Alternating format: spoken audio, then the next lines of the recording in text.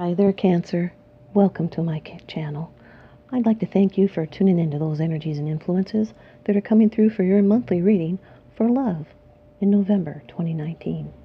Cancer, Sun, Moon, Rising, and Venus. This is a condensed general reading.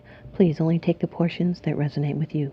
Cross-watcher energies are interchangeable, and there is a free birth chart calculator at the bottom of the description box below. Okay, Cancer, off camera to save time, I've done a protective blessing. I've meditated over and shuffled these cards just for you. Your first card, it's the general atmosphere. It's the background and the basis of the matter. Here you are, Cancer. Number 2 of the major arcana in the Rider-Waite deck, the High Priestess. The High Priestess is linked to the moon, which is your ruler, Cancer. This has to do with hidden influences and secret knowledge. This is a female energy. It's passive, and there's emotion. This is someone that knows exactly how she feels, and she's never lonely. This is the link between the seen and the unseen. It's latent power to manifest before new life, gestation. It has to do with divine truth and wisdom and nurturing the spark of creation. This is a connection with the unconscious world, esoteric studies, an unrevealed future. Hidden influences at work. This card has special value for artists and poets, composers, mystics. When this card appears in a man's reading, it can represent the perfect woman that all men dream of. This is a quiet woman. This can also represent you, Cancer. It may be a time when it is better to sit still and seek peace within the self. Seek awareness and be still. It's listening to your inner knowledge, keeping secrets to yourself. Things are going on behind the scenes, and then it's realized, trusting gut feelings. This can be a strong psychic connection between a couple. It could also be dreaming about a soulmate, even before you meet. Your second card, and this is the energy that's crossing over your path.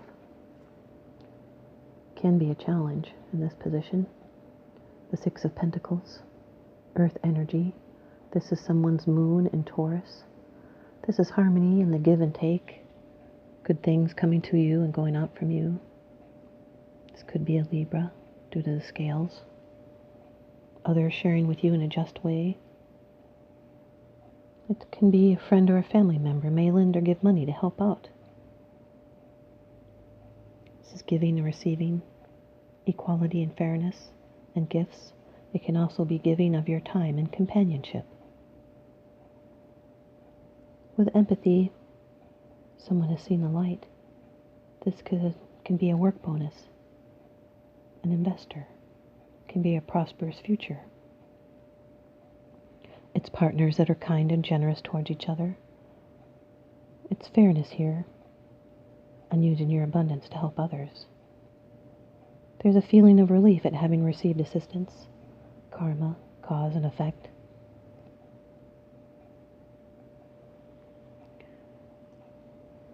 Your third card, and this is how it affects you. This can be your attitude. The Five of Pentacles, Cancer, Earth energy, feeling a lack, like you might be out in the cold. This can be a temporary struggling together with someone else. It's sharing hardship. Could be unexpected bills, which would be inconvenient. This is feeling a lack of security, or maybe an illness. Someone's Mercury in Taurus. This can be unemployment, having doubts. It's okay to ask for help, for the assistance and the support is available, and you're not alone, and these hardships will pass away. You might need to rebuild your self-worth, and try not to miss an opportunity that can help. This may be lacking faith in those tough times, or losing faith in a relationship or the situation. You might be fearful of asking or having to rely on the support of others, or a charitable institution, feeling some instability and some low energy. You'll need to have faith to see something in your life that may be right in front of you, and live your life with faith instead of just trudging through it. This is suffering through the hardship. Maybe having to depend upon charity. Might have been overspending.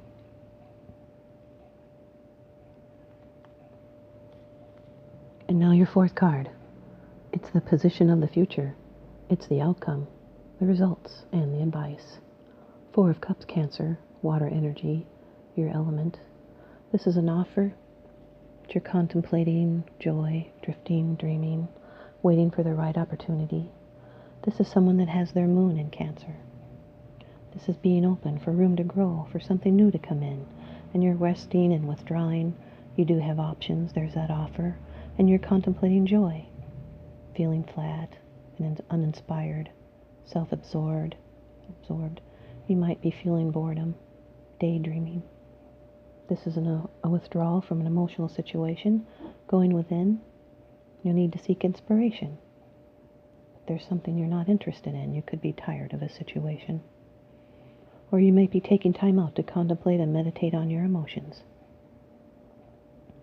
But the answers and the inspiration you need to go on are there for you. Do not sink into apathy. It blocks you from seeing other emotional opportunities.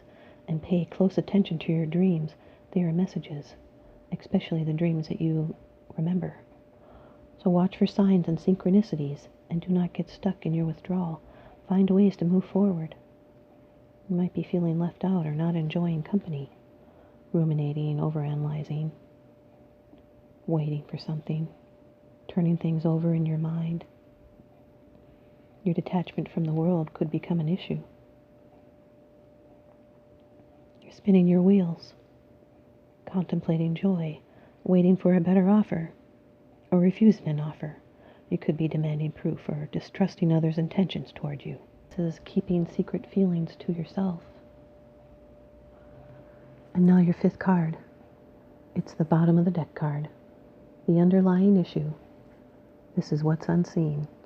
The Five of Swords, Cancer. Air energy. This is a card of adversity. It's advice not to judge before you have all the information, before you know everything, because it would be a high cost of victory. This is your second five in a reading, which represents vigils, watching for something, and someone's Venus is in Aquarius.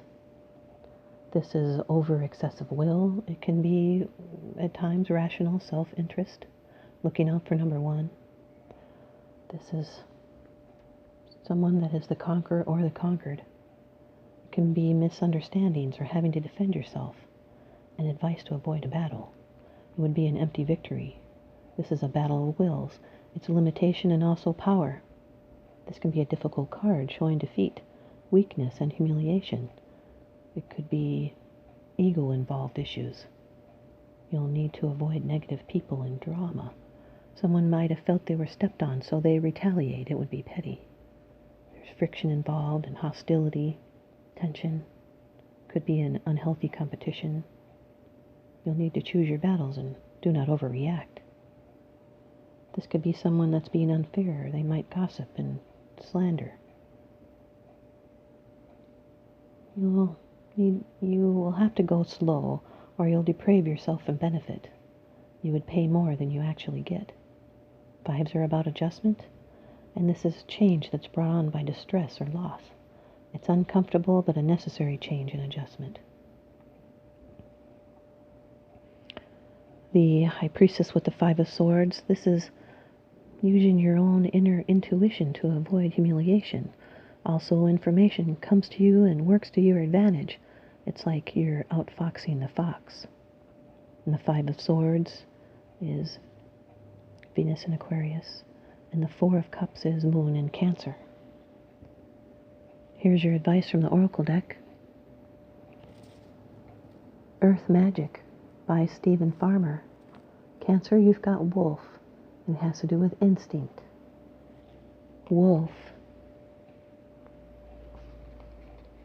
Some of the strongest characteristics of our brother and sister wolves are loyalty, companionship, playfulness, and affection.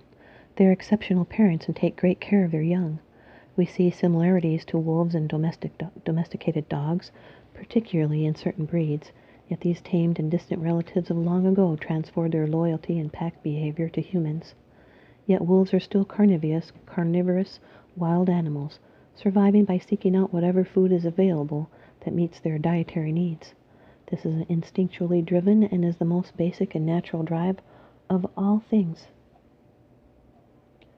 This is over the centuries the encroachment of civilization into the wolves' natural territories and periodic scarcity of game have prompted these beings to hunt whatever they could, which at times includes a rancher or a farmer's cattle or sheep. This in turn has triggered a desire for revenge by those people so that they hunt and kill wolves, which has decimated their ranks. It's the so-called civilized world clashing with the world of the wild and the instinctual. Cancer, you may have lost touch with your instinctual sensitivities. It is the result of cultural and or religious prescriptions dictating that anything wild and instinctual is threatening and therefore has to be controlled or eliminated. Now is the time to overcome this limited mindset and tune into these instinctual cues.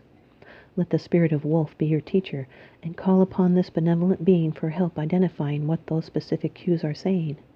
Shed some of your inhibitions with the only guidelines being to do no harm.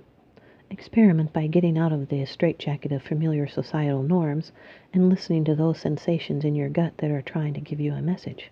It may be warning or urging to take an action of some sort. Take some deep breaths and simply notice what your body's sensations are telling you. Your mind will be the receiver of that information, and your body and mind can learn to work more closely with each other once again. Thanks, you guys, Cancer. I hope you stay tuned in and leave me a comment or a thumbs up. And please subscribe. That really helps me out a lot, you guys. Thank you. Now remember, what goes around comes around. So I'm sending you out love and light and blessings. Thanks for watching.